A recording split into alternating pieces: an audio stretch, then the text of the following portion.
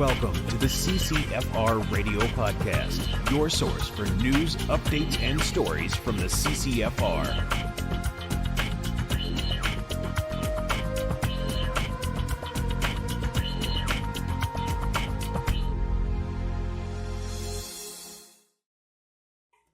Hey everybody, welcome to episode 99 of the CCFR Radio Podcast. I'm your host, Rod Giltacker. Thanks for joining me again.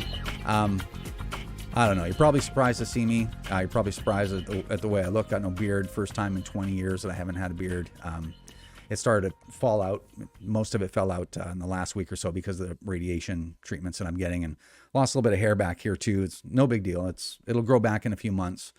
But anyway, I'm calling this a podcast because we're going to have an extended chat about things that are, we're going to have a couple of uncomfortable conversations. And I thought, well, might as well turn it into a podcast. So luckily and thankfully, I had Mrs. Giltacker drive me to radiation and then drive me here to the office so I could make this video for you. Just 2 minutes. I'm only going to spend 2 minutes on what's going on with me. I'm in the 4th week of radiation, and my throat's bleeding. I have thrush. This thing in my neck got really big. I spent a day and a half in emergency, but now I'm on a lot of drugs, so I can semi-function in spells. So I'm going to have to chop this video up into sections because I tried 4 times to get through it all, and I can barely get through halfway through before I start veering off because I'm on dexamethasone to keep the immune response, like my inflammation, down so this thing doesn't strangle me again. And I'm on pantoprazole so that the steroids, the dexamethasone doesn't burn a hole in my stomach. And then I'm on hydromorphone so I can continue to eat and all the rest of that crap, right? For somebody that doesn't even like to take an aspirin, it's kind of tough to swallow, as it were. But anyway, so you're having to see me look a little different. I don't know if you're going to see another video from me, but I'm trying. Okay. So I'm going to do this thing in chunks.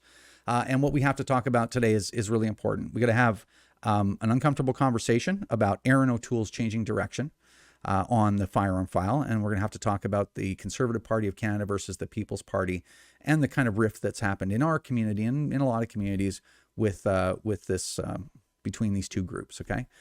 And also I'm going to bring Tracey on in a little bit because we still, despite all of the hysteria that's going on, we still have an election running. And it's the election of our lives. It could be for the future, whether or not Canada is a country from now. I know that sounds a little bit hyperbolic, but it's pretty bad, right? As you well know, and you have to hear that from me. So I'll bring Tracey on to talk about the election brochure project and how you can take part in that and all the rest of that stuff. So I'm going to do this in sections. Okay, so let's talk about Erin O'Toole's changing direction. So first part of the uncomfortable conversation. Okay, so Erin O'Toole did a reversal. He's not doing what was written in his platform document. I mean, everybody knows that. It's not a secret. And so why did he do that? And how do we feel about it? Well, at the CCFR, we made a public statement about it. And what we wrote actually is exactly how we feel about it, because in the least amount of words possible. So the situation was, a week ago, Justin Trudeau was trailing by 7 points. The Conservative Party was surging. Everything's looking good. And Canadians were focused on what this election was really about, which is a $610 million vanity election for a guy that had all the power he needed, but just wanted a little bit more because he's used to getting what he wants in life. Okay, it's incredible. Really, when you think about it, it's like mind blowing. Just the sickness, right? It's about a $500 billion deficit in a country whose worst deficit in recent memory was $55 billion under Harper during the absolute depths of the global economic collapse of the earth. He ran a $55 billion deficit and had it to zero within 5 years. So, and I don't carry water for Harper. He was not an exciting guy. He was a quiet administrator that just did his job and kept things running. However you felt about him, right? That's what he did it. There's either something is or it isn't, right? And I think in the world of political spin, you get lost in that. Either something is or it isn't. You balance the books. And Canada was good and prosperous and everything was working okay, right? It's not perfect, but it was working okay. So that $500 billion deficit and the deficits that are coming if Trudeau has his way, or Jagmeet Singh and Trudeau together, is going to ensure that your children will never have a future. You know, I was at Costco last week and a piece of salmon is $42 now. Like, it's happening. Hyperinflation is happening. You can't live in a society where everything's free. We have high unemployment and low workplace participation, right? Like, when you give away free money, that's what happens, right? So, and these are complex issues, and I don't want to oversimplify them. You know, the election's also about the most corrupt government in the entire history of our country. Absolutely corrupt, missing money, scandals, payoffs, all kinds of crazy stuff. And they're skating on it, right? This election's about Canadians never being more divided since Confederation, right? Justin Trudeau has given Canadians 20 different reasons to hate each other and to want government to use force on the group they don't agree with, like literally force, right? So this is to me, and I think to a lot of Canadians, this election is about the future of whether or not we're going to have a country. Forget about, you can't own guns in Canada if there's no Canada. Okay, so and which is interesting. Let me digress just a little bit. Okay, just hang with me, just bear with me. It's funny because the anti-gunners are really happy that Justin Trudeau is using gun control to win an election. But you know what? Those people, they're such ideologues, just like some of our people can be so ideological, they're blinded to reality. They're such ideologues that they don't realize their own children will have no future. They're going to live with a lower standard of living than they've ever seen before in their lives, right? They're the ones that are going to be affected terribly for Justin Trudeau to get back in and have their lives actually wrecked and their country wrecked because they want to win so bad on guns. Okay, so anyway, keep that in mind. A lot of the behavior we see with anti-gunners, we see in our own community as well. So the gun control is always the ultimate channel changer, right? When the liberals are in trouble, they smash the glass, grab gun control, and start, shaking up, running to the top of the bell tower. The assault rifles are coming. The assault rifles are coming, right? And I think again, this is a real reacquainting our community with reality. The majority of Canadians don't care about firearm ownership. It's not something they think about. They have other things that they think about. Okay, they just don't care. So when someone, shakes a picture of a scary gun at them, says, "Do you want assault weapons? Do you want your kids to get mowed down at school?" They're gonna be like, "Of course not. I don't want anybody shot." Neither do I. But it's very easy for them to be like, "Well, I don't even understand why people need this kind of stuff anyway." Like, it's natural and it's reasonable. It's not just, it's not right, but it's reasonable. Okay. So and then we're at this disadvantage. That's why the CCFR exists, right? To provide some resources and stuff so that people, if they're ever interested, they can find out what the truth is. But our side of the argument is very complex, right? Why are societies where civilians own guns, why are they more free than other societies? Why are these other societies less free? Why is that important? Why do people own guns? And it's not a Second Amendment thing like it is in the States. It's more complex than that. Well, we're at a disadvantage for that. So the liberals will use gun control as a channel changer. And guess what? Justin Trudeau was trailing by 7 points a week ago. And now he's regained all those 7 points using gun control. So he's diverted the attention away from all the reasons why every single Canadian should vote away from the liberals and away from the left, because they're going to wreck everything for all of us together. But, he's successfully done it and it worked. And gun owners are helping him do that. I'm going to explain that in a minute. We're absolutely helping them do that. So, even the people on the left, for their, even against their own good, they're too ideological to see what's going on. So Erin O'Toole did the only thing that he could. He had to solve this issue. Like, hey, listen, Canada, don't worry. If it's such a big concern for you and you're responding in the polls to that, I'm not going to have so-called assault weapons flying everywhere, but we owe it to these couple of million Canadians, which are good, regular, everyday people, to have a transparent review of the entire Firearms Act and the classification system in full view of the public, so that we can actually have the conversation that we've always wanted to, a mature, fact-based, transparent, reasonable conversation about why people own guns and whether or not that's a determining factor of whether you're going to have firearm-related violence or not. Okay? I'm actually quite happy to just have that opportunity, because right now, if you vote for anyone but the CPC and you're a gun owner, your choice is to get all of that I just talked about or get nothing. Like, that's, And that's the reality. It's funny because some people will argue. They'll be like, whoa, vote for your conscience. Like this, like no. The reality is that either you're going to have a CPC that will at least give us that opportunity, or you're going to have a liberal government. Those are the only two options. There's no other party that's going to win enough seats to be even a minority government.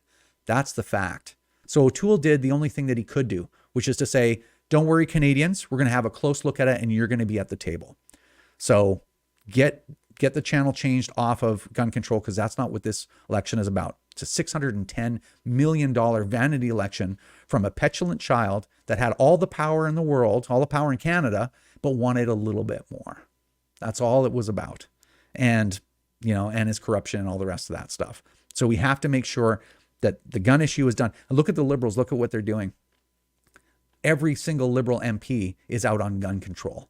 Is gun control the most important thing going on in Canada right now? Do you think, in the middle of a global pandemic, right? And all the crap that comes along with it, the vaccine passports and all the rest of that stuff? Of course it isn't. But you know what? The Liberals are playing the cards that they have, and it's a good card, and it's working. It has worked. So you got to keep that in mind. And I'll say one more thing, like the Liberals, they're not stupid, and they're playing our community like fools. So you got to be really careful about that kind of stuff, right? Because everyone is really over emotional right now. So you got to dial it back.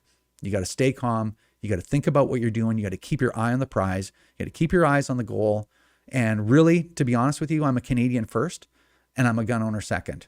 They're both part of me, but we got to save the country, or the gun issue is not going to really mean much after that. And if Justin Trudeau gets back in, you will have nothing. If they get a majority, forget it. You'll have a break action, if that.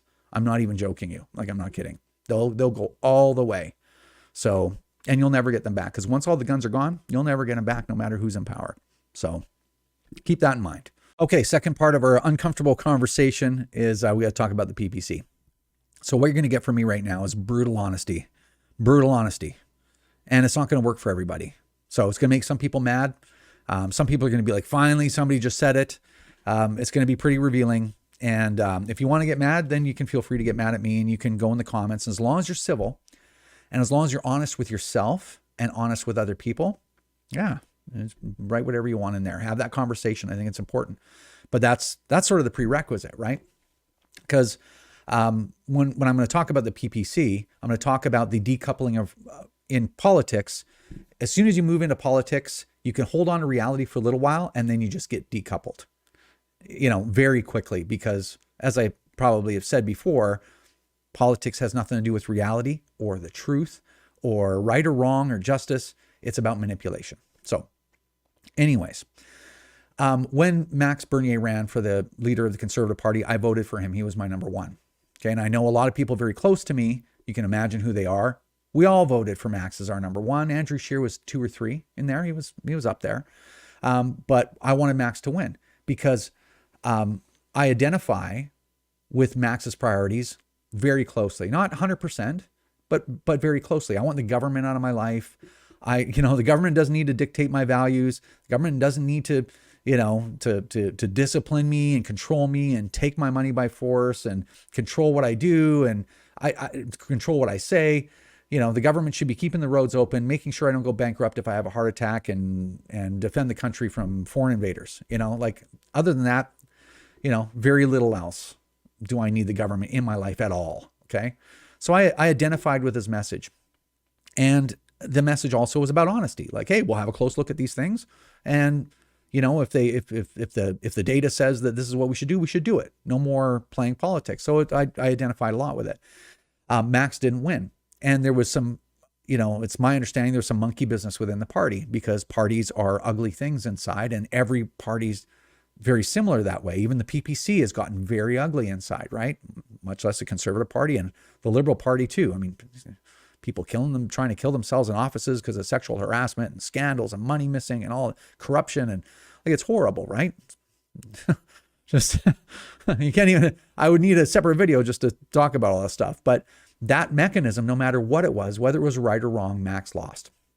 And, I voted for Max. I interviewed Max. I gave Max our platform. I went out for lunch with Max. I talked to Max a couple of times on the phone. I liked him. I liked the fact that he was from Quebec. maybe we could bring the country back together again, right? That would imagine, right? That we were all just, citizens and we were all in it together. If you can only imagine what a terrible country that would be, despite what Trudeau's trying to do to us, right? So there's a lot of reasons for that. So then Max started the PPC. And I was like, okay, well, this will be interesting. I'm very interested to see what he does. Unfortunately, that's where it sort of went wrong, because what happened was reality decoupling. Okay, remember this is the theme. When you get into politics too much, you decouple from reality because it's focused maybe so much on the outward appearance, because you're trying to manipulate people into supporting you for the right reasons or the wrong reasons, right? But and I think you just get lost in that. And so Max, in my opinion, got lost there, right? He was like, comes out and he paints himself into a corner, like a lot of people in the firearms advocacy business paint themselves into a corner. And he took this position that was unrealistic. And he said, I'm going to have a candidate in every riding, 338, including himself. And the major parties can't do that. It takes 20 years, 4, 6, 7 elections, to start a party from scratch, to even get to a point where you could be the official opposition. The NDP have been around forever. They did it once, much less ever even got close to running the country, even in a minority, right? Like, it's not, any realistic person knows that that's not possible, but he made the statement. And then unfortunately it got ideological for Max, and he's like, oh, I made the statement and I can't go back on it, right? I can't have made a mistake and said, oh, you know what? We got to start a little smaller. So I think that was the first mistake. So then what do? It's like, yeah, tweet me and you can be a candidate. And then we saw the results of that, right? You had just a mess. And back when the PPC started, they had a lot of actually really good candidates. A good friend of mine ran for the PPC, and he was an awesome candidate. He didn't even come close to winning. He didn't come close to last place. Well, he was in last place, right? He didn't come close to second to last place. But in my mind, he deserved to win it because he was just a great candidate. And, but unfortunately, because Max didn't clean up that mess as it devolved, he didn't clean it up. And then that's when everything went wrong. A lot of the good people just went, whoa, there's no room in this tent for me, because it's too extreme. It's too radical. Okay. Now, when I talk about PPC radicalism, I'm talking about the fact that even though I align even today with about 80% of what Max espouses, right? Like I'm in agreement with about 80% of his values. There's no room for me, because if I don't agree with 20%, or if I don't agree with 100%, the people that are loudest in the PPC will come after me, try to hurt the CCFR to their own detriment, I might add, like hurt themselves in the process, just to be the loudest, screaming, slobbering, neck vein bulging voice in the room about how we're globalists and we're libcons and we're getting paid by the liberals and we're cucks and we're shills, and what that does. And these people, they're the authors of their own destruction, because what happens is I look at that and I'm like, I don't want to be associated with that whatsoever. I don't identify with that behavior at all. Number two, it leads nowhere. All it does is run everybody off. You're just like, whoa, PPC, not an option, because voters are fickle at the best of times, as you can see how the numbers move around, right? And I just don't want anything to do with people like that. I have nothing in common with them. I could never, ever sit down and come to any common ground with them. They are worse than the anti-gunners. They are worse than the most irrational liberal that you can find, because you can't reason with them. You can't say, well, hey, I'm pragmatic. Either I'm going to get something for my community, like a transparent review of all of the laws in the full view of the public, which is a bigger opportunity than we've ever had in the last 6 years, certainly, or I'm going to get nothing. That's the political reality in the country. Like, you're a cuck. So, how do you reason with somebody? And when I say it goes nowhere after that, like how does a group like that, and I'm not talking about the PPC in general, because there's a lot of people that identify with the PPC and support them that aren't like that. But how do you get more people to join the party when those are the loudest voices coming out? And the leader sits there and says, hey, yeah, this is my public relations wing of the PPC. So Max, if Max ever wanted a chance for the PPC to be more than just a gig, for him to draw salary, which he is, and there's nothing wrong with that. You need to draw salary to be able to put full time and attention to something. There's nothing wrong with that. and for him to continue to talk to big crowds, because it's really looking more like a gig than it's looking like anything, right? Because there's no leadership election, right, in the PPC. And that's a fact, and you can feel about that however you want. But if he ever wants to be more than that, he has to get control of the PPC and get all the bad candidates out and run 30, 40 maybe in the next election after this. Too late for this one. They're not an option for me. And so it's up to you whether they're an option for you. But if he wants to clean up, that's what he's got to do. He's got to get these people out of there and make it something that a mainstream Canadian that doesn't identify with the Liberals but has been poisoned against the Conservatives, or don't think that they're hard right or right enough, or even center right. They're really centrist now. The whole window's moved, right? That they have a place to go. But right now, a normal person, typically looking at the messaging coming out of there, can't go there. They're like, I don't have anything in common with them. What am I going to go to a convention and everybody's going to be fist fighting with each other, throwing Molotov cocktails and hands of gravel on each other? Like, it's just, that has to come from leadership. That has to come from Max to stop all that stuff for that party to ever grow beyond what it is today. Now, so that was a lot. And I take no pleasure, believe me, because I would love to look for a new home too. But I take no pleasure in having to say all that stuff. But in my mind, I'm not telling you how to vote. I'm not trying to change your mind. I'm just, if you're curious about what I'm thinking, curious about what the majority of the leadership team at the CCFR think, that's how we're thinking. Okay. And I don't know how that's unreasonable in any way. All right. So, as a gun owner, you really have two choices. You can make sure that you vote for the Conservative Party of Canada because they have the only chance of winning. And you can make sure that vote doesn't get split.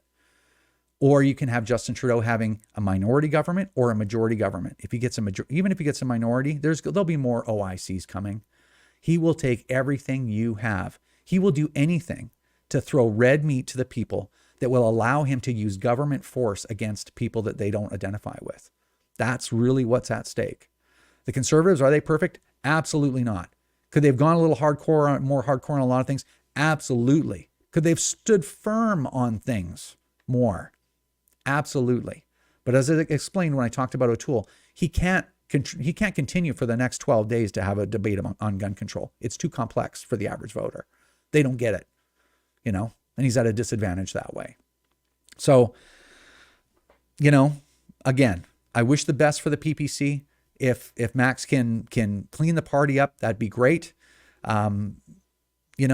I think, and if I were to say anything to those really loud voices of the guys that are supporting the PPC, the really angry, loud voices, I'm just as angry as you are, guys. Just as angry, just as frustrated, just as terrified at the future of Canada. Terrified for myself, for my kids, right? Terrified on a lot of levels. But the thing is, I can control that. You have to control those emotions. And I think what happens is they're decoupling. They're becoming dishonest with themselves. You get a lot of guys that are screaming and yelling, trying to build an audience on like DLive and Rumble and all that stuff and Twitter by just hating and trashing on everybody that doesn't agree 100% with them. Like, where does that go? I'm appealing to you to think about that stuff through. How far are you going to get with that tactic? How far? Like, be honest with yourself and think about that. Where does that lead? Where are you going? All of a sudden, everybody's going to be so tired of being called a cuck and a globalist that they're going to agree with you? Or do you think they're going to resist you and go completely to the other side of the political spectrum? Very similar to how a handful of our people have gone so far to the other side of the political spectrum out of frustration about being justifiably hurt by the political system in Canada. Keep your head on and think it through, right? And there's always a place for anybody. And you know what, when it comes to, I think a part of that is a lot of guys will use the term integrity, right? They're like, I'm not going to sacrifice my integrity. I'm going to protest vote. I don't care if the whole house gets burned down and I've set myself on fire for the right thing. It's not integrity, man. Okay. Let me explain what integrity is. Integrity is doing the right thing, even though it's not working for you. Okay. That's integrity. Integrity, these guys think integrity means I've painted myself into a corner. I've made my claims. I've called anybody that disputes me a cuck. Now I can never go back. I can never go, oh yeah, I guess I've been acting a little irrationally. That's not going to get me anywhere. I need to smarten up.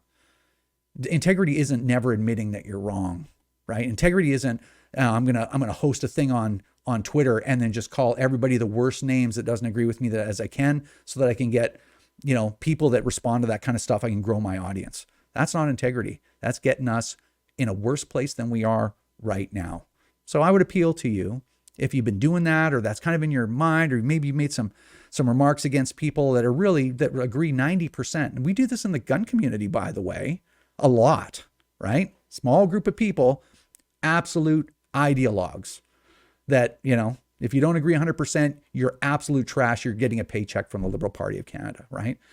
If you've done that in the past, don't worry about it, because I make mistakes all the time. And I have to sit and think, dude, you're far smarter than that. Why would you do that? Right? So, don't do that again. So just think about it. It's okay to be wrong. I'm wrong all the time. I have to kind of reel it back and change directions. But you got to check yourself. You got to be honest with yourself, because you're hurting yourself and you're hurting other people. In the last election, the PPC cost, and let me qualify this comment, but the PPC cost the Conservative Party of Canada 8 seats. Now, I can't say that for sure, because I can't tell you, and nobody knows, whether those hundreds or a couple of thousand votes were people that would have voted for the Conservative Party instead of the PPC, if the PPC wasn't there. Nobody knows that. But I might say that the majority of them probably would have, just for sake of this conversation, right? Just as a placeholder. So that wouldn't have made a difference in the last election, but because this election is so close, it could make all the difference in the world. And you know what? Just to play the part of spoiler and to make sure that Justin Trudeau gets a majority government or a minority government, just because you don't like everything that the Conservative Party is doing, I'm just not sure that how that helps you or your kids or your neighbors or your communities or your family get employment or get the country back on track or stop vaccine passports or stop, the government using force against citizens and creating classes of citizens and all the rest of that stuff. I don't see where that leads, or even holding on your guns. It leads exactly to the opposite. So anyway, I'm very uncomfortable with being the person to try to tell you how to think. I'm not comfortable with it. I don't like doing it. I don't think anybody should be doing that. I'm just giving you an opinion and, just about something to think about. Okay. And I humbly ask that you consider that. Anyway. All right. I hope I've made my position clear on the PPC. I hope it's not over for them. I hope they can get it cleaned up. But right now, for somebody like me, there's no room. They won't even, they don't even want me. They don't want more people in their tent. So anyway, I beat that to death. All right, let's get Tracey on and we'll keep going. All right, on Skype, we've got Wilson. Wilson. Giltaka. Hey. How are you doing? I'm all right, man. I'm surviving. That's good. That's good. That matters. Yeah, we're getting there. All right, let's rip through this stuff as quick as possible. Where are we at with our big project? Because the show must go on. The show must go on, and I am going on the road. I was hoping to maybe get out of the swamp here in Ottawa Wednesday or Thursday, but I do have 2 print shops working feverishly overtime to get me a load of the first 100,000 pamphlets to go out. So I'm going to hit the road Friday. And if you want to come see me at any of these locations, I would love it. I'll have lots of supply on hand. And of course, if you can't make it there when I'm going there, that's okay. The stuff will be there for you when you can get in. So Friday, I'm going to hit the road and head towards Kingston. And you can meet up with me at SFRC Ammo Source in Harrow-Smith, just outside Kingston, at 4 p.m. Friday. So 4 p.m. I'll be rolling in there with some ungodly vehicle full of 100,000 pamphlets. I'm going to leave 10,000 there. Excuse me. And then we're going to, I'll do a little meet and greet and chat with everybody. And then I got to get on the road because I'm going to head over to Kingston and the Islands, which is the riding of our dear friend, Mark Gerritsen. Now, I'm breaking a rule here because I was trying to only hit the ridings that are toss-ups, but this is my own personal vanity coming in, that I cannot drive through his riding without stopping for a little in your face. So we are going to meet at the Shoppers Drug Mart at Centennial and Princess at 6:30. There's tons of free parking there. come on down and join me. I'm going to have a load of pamphlets. I've got bags to carry them. I've got everything. I've got a wagon, and we're going to go walk about in the neighborhood and disseminate some of this very vital information about the Liberal Party of Canada. And then Saturday, I'm going to head over to the Greater Napanee Gunworks. Great friends of ours over there, big supporters of the women's program. And I'll be there about 10 a.m. on Saturday. So that's Greater Napanee Gunworks, Saturday morning, 10 a.m. I'm going to leave about 10,000 pamphlets there. And if you are in the Belleville or Bay of Quinte ridings, that would be really great if you'd stop in, pick up whatever you think you can do, even just pick up 100 pamphlets, maybe spend some time over the next couple of evenings after that getting them out, but that would be a help. But that Bay of Quinte riding in particular is extremely vulnerable to the Liberals, and I'd really love to take it. And then at noon on Saturday, I will be heading over to Accuracy Plus in Peterborough. I'm sure everybody from the area is familiar with the store. I'll be there at noon. I'll leave another 10,000 pamphlets there. Big thank you to Jeff and everybody over at Accuracy Plus for being willing to help us. This is great.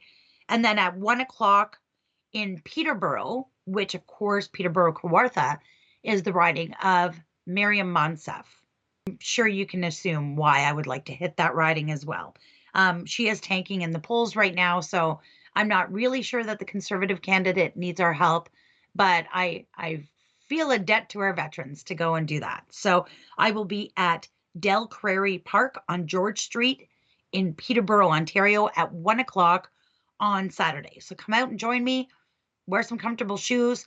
Let's go canvassing. We'll drop some of this material off. And then, of course, I'll leave you with a supply to continue on during the week once I'm gone. I'm going to jump in the truck after that and keep going.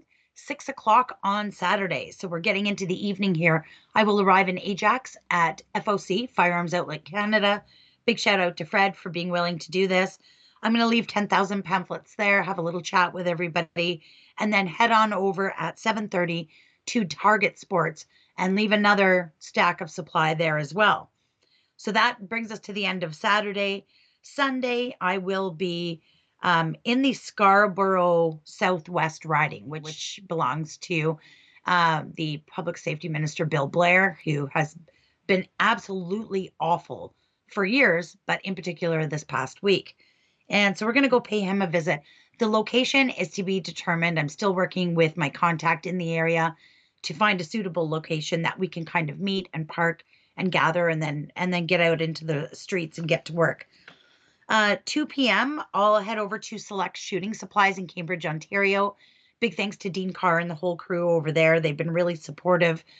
So head on over there at 2 o'clock on Sunday or any time in particular, because you can pick them up even if you can't make it there when I'm there. 3:30, I will be at Shooter's Choice. So once again, big thanks to our friends for helping us out with this. These are all locations where you'll be able to go in during the week, or, if you got a day off or you've got some time in the evening, want to go for a walk with the dog or the kids. This will be a great time. 3:30 at Shooter's Choice and 4:30 over at Bullseye North. So our friend Scott, always willing to help. It was great to see all these guys actually the other weekend at the Odell Range Day.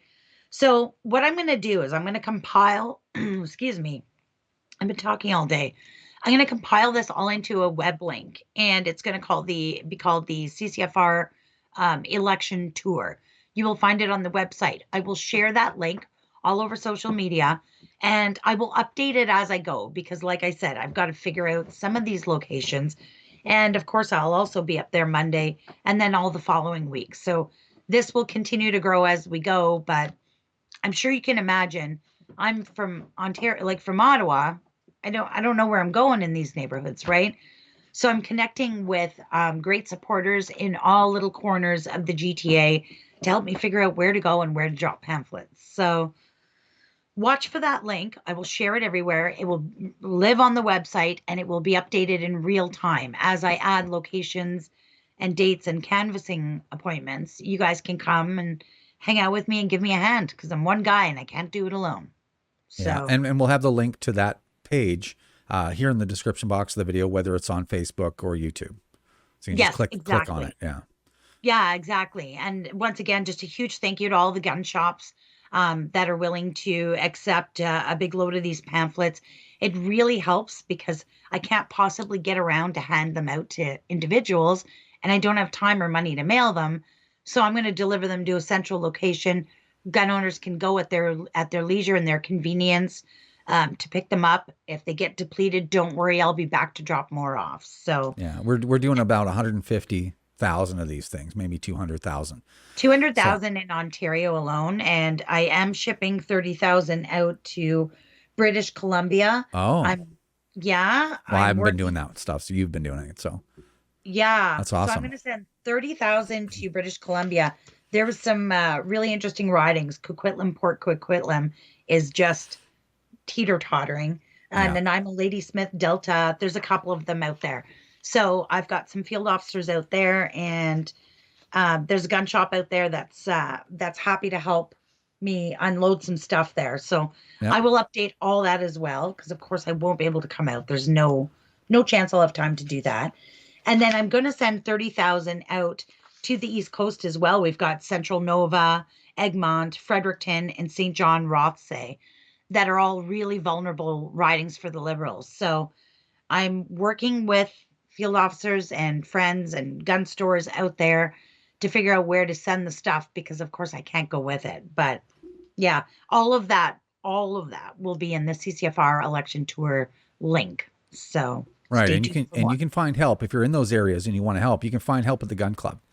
Right? A lot of these gun Yeah. clubs have hundreds or thousands of members, and if they put out a call on their newsletter or on their social media, then you'll get a bunch of people to help you. And remember Yes. the mission is to put one of these on every freestanding residence in these ridings. We're not going to do that. Obviously, it's impossible, but we're going to try. And you can go Hmm. to a mall and you can hand those out at the front doors for the 15 minutes that you can do it before you get kicked off. You can go to, Costco. Yeah. Costco. You can go to any of these places and just don't litter. Don't throw them on the ground. That's not what we want. If someone will take one, great. If they won't, that's okay too. If they don't take it, they probably aren't going to vote Liberal anyway. There's like, I already know the good news about the Liberals. You know what I mean? So, but Right. do everything Yeah. you can to get these into the hands of people that we can't reach through our limited reach because we're, shut out of everything basically because we're horrible gun owners. So Yeah. that's the mission. So even if it's a That is single the mission. lone wolf mission, go for it. Go out for 2 hours by yourself and stand at the mall entrance, or get 6 guys and stand at every mall entrance on a big mall or something like that. So we got to do it. This is it. We're close to the finish line. Yes, we are. And of course, the tour doesn't end there. I mean, I've only got this much planned out, so that's all I can provide to you at this point. And I'll probably come back to Ottawa because I've got to pick up the next shipment of 100,000 and maybe do some laundry and say hello to the kids and get back in the truck. But of course, don't worry, we're going to be hitting Pam Damoff's riding, Julie DeBruzen. Like I've got all kinds of fun activities planned. So this will be a fun 2 weeks, a big 2 weeks, and hopefully really, really productive. Yeah, that's what we got to do. And our commercials are running Yes, on CTV, CTV2, and and online, right? and When you go to watch the TSN, video. and during the football games, Yeah. he sent me the entire schedule. They are online right now on their digital media. They're on the radio right now. And the TV starts tomorrow morning. So, mhm. Yeah. So that's $150,000 worth of television commercials and digital advertising that we Yeah, we were actually, I'm just going to let everyone know we were a little delayed in getting this rolled out just because we were waiting for Elections Canada to approve my third party election advertiser status for the CCFR. And anyway, so we were a little delayed. So, of course, that shortens the window of time. But the good news about that is the amount of commercials doesn't change. So instead of stretching them over what was going to be 3 weeks, of course, now it's condensed. So we're just going to have more commercials. And to be perfectly honest, this last 2 weeks is what really counts. So yeah. I'm not even upset about that. I think it's fantastic. And I think everyone's going to really like the messaging in these. They're very simple. I'll Did get them up on social media too. Yeah, I was So going to ask you. yeah, Yeah. I'll get them up. I'll get the like the MP file or whatever and get it up on our social media. Big thanks to Bill Media for just being so awesome and working with us on this. So Yeah, it's tough. People just flat out won't work with us. Yeah. So, Well, I mean, such here's the bigotry, thing. but whatever. Gun owners have treated the CCFR very well, and we are extremely cautious and careful with member dollars. They're sacred to us. We don't waste them. We don't have fancy offices, and we don't go on luxury trips. The result of that is we end up having some money in the bank, some cheddar that we can do these types of things for gun owners. So, Yeah. money talks, right? And yeah, I'm a good customer to them. So Yeah. Well, it's all or nothing right now. All right. Yeah. So you'll update us as you go, and you it's can gonna update in real time. So keep checking back that keep link. checking the website link. Yeah. Yeah. And follow me on social media. When I update it, I'll reshare the link to remind you to look at it. And of course, there will be live videos coming to you all over the place, showing you what we're doing. So yeah, make sure you follow social media. It'll be just a whirlwind of activity. That's awesome. Well, thanks for putting in that big effort. And that's what we're doing. Well, this is it. Everybody's got to put in everything they possibly can. So if you're going to come and help Tracey hand out some of these brochures, or go to the gun stores to make a couple pickups, maybe do it a couple of nights, in the next couple of weeks. Bring some friends, reach out to your friends, reach out to the gun clubs, just find people to help you get this information out there. And, if there's brochures at the end, that's fine. It would be ideal if there weren't, and they were all in the hands of Canadians. So if you run out, or the location you went to runs out, just pop me an email at info@firearmrights.ca, and Adam will let me know, and I will drop more off. Yep. Yeah. Awesome. All right. Well, thanks for the work. Thanks for coming on. I'm going to get this up on the interwebs as quick as possible. And if this has been a really important video. So please share this video and ask people to watch it, because there's a lot of important information in this one specifically. So yeah. Absolutely. All right. We'll see you soon, Tracey. And you take care of yourself. I'm trying. All right. That's going to do it for episode 99 of the CCFR Radio Podcast. That was a lot more work for me than it normally is. Hopefully I'll be in a position to do another video sometime before I get too bad. But I appreciate you guys taking the time and going through that uncomfortable conversation with me, and I hope it helps at some level. But anyway, if you can possibly volunteer to distribute these booklets, that'd be great. Let's keep our eye on the prize, keep our eyes on the goal, keep moving towards it. Don't stop working. Don't take your foot off the gas. Don't get discouraged. This is exactly what they want. And don't give them what they want politically, right? So we just got to do everything we can, because this is the next 14 days, 14 days is the most important time, as it has been for gun owners in the last 5.5 years, 6 years. Okay. So just do everything we can to stick together, to treat each other with respect, and to focus on our goals so that we can get anything that we can possibly get to preserve our way of life, our culture, our property. This is the only way forward, in my opinion. Okay. So thanks for watching, guys, and hopefully I'll see you soon.